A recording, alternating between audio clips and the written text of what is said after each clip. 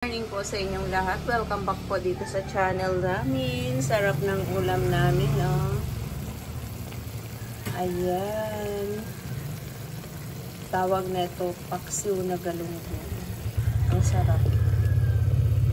Yung ating paksiw, oh. Kumuha ako ng isa, tinikman ko. Masarap ang lasa niya. Sariwa kasi yan. Tapos, nagugulay ako ng laing.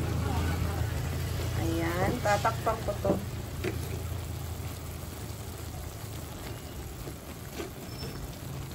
Pinatuyo ko muna yung ating gabi.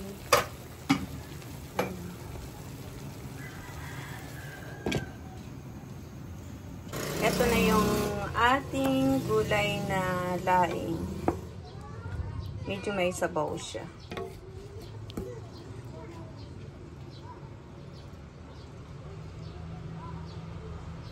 Kain tayo. Andito ako sa taas ng tindahan.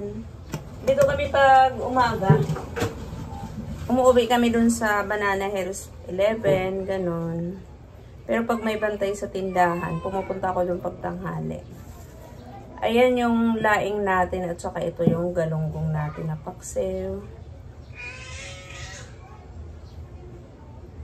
Kamay lang tayo, kamay.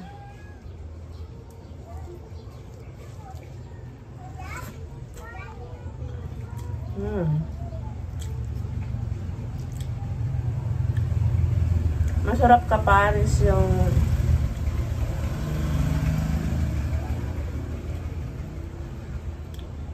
masarap kombinasyon yung ano, yung gulay pag ginataan tapos paksiw.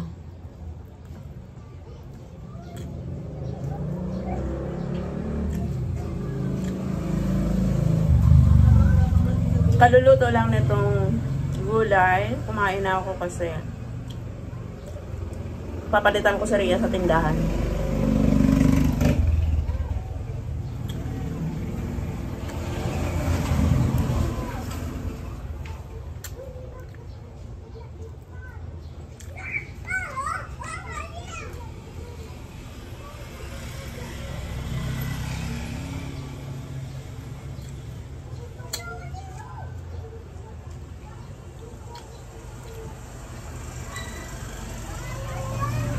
Ang hinalo ko sa laing yung pritong isda na hindi naubos ng nakaraang araw.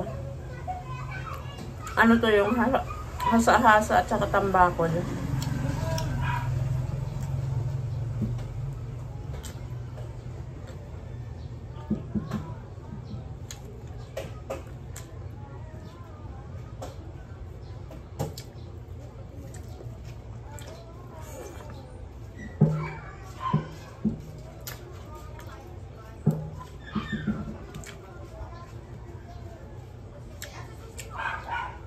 Na lang yung natirang bigas natin. Isa na lang yung kukupandan ko. Tapos, meron akong broken rice. Dalawa yung broken rice. Isang hasmin. At saka etong tiga 40 ito. Ito, ano to, 45. Ito, 40. Tatlo na lang. Nag-aantay tayo ng deliver. Yung in-order ko dun yung Coco Pandan kasi yung Coco Pandan magtataas at magtataas yata yung bigas sa mga susunod na araw. Kaya kailangan natin mag-stock. Ano na lang yung natira sa bigas ko? 8 sako. Habang nag-aantay tayo ng deliver ng bigas, punasan natin yung ating mga paninda kasi ang daming alikabok. Ayan. Maraming alikabok to kasi daanan talaga ito ng mga tricycle. Kaya punasan mo ito ngayon. Bukas nito meron na naman.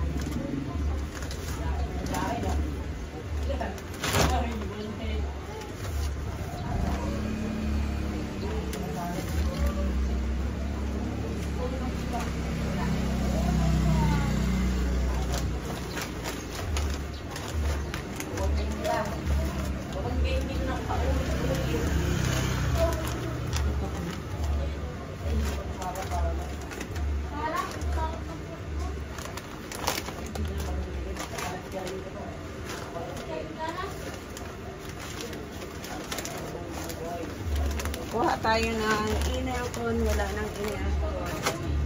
Isa na lang kuha tayo.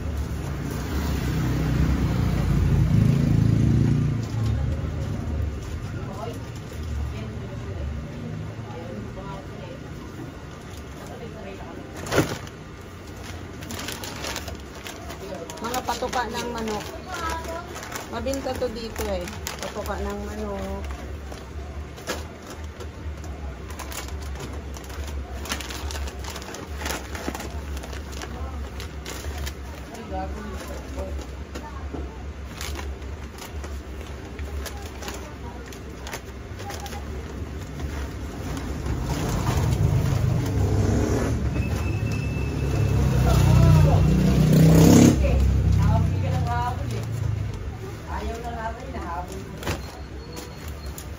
Hi, magandang gabi po sa inyong lahat. Ayan oh, yung aming alagang si Oreo, dumudugo yung ilong niya. Nilalagyan ko siya ng ang nilalagay ko ay yellow. Ayan oh.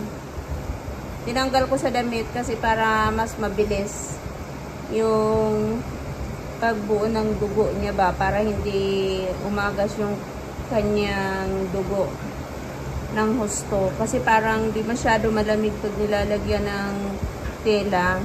Tapos pinainom ko na rin siya ng dahon ng papaya. Kasi nagkaroon na kami ng experience noon nito sa dalawang aso namin. Yung ginamot namin yung dahon ng papaya.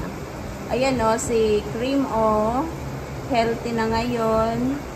Ewan ko anong nangyari nito kay Oreo at nagdudugo na naman yung ilong. Pero tinitingnan ko yung gilagid niya, ito, kasi si Oreo noon, maputing-maputi yung gilagid niya. Sobrang baba ng kanyang platelets noon. Bukas pa, iinumin ko ulit ito ng papaya. Tingnan natin kung anong resulta.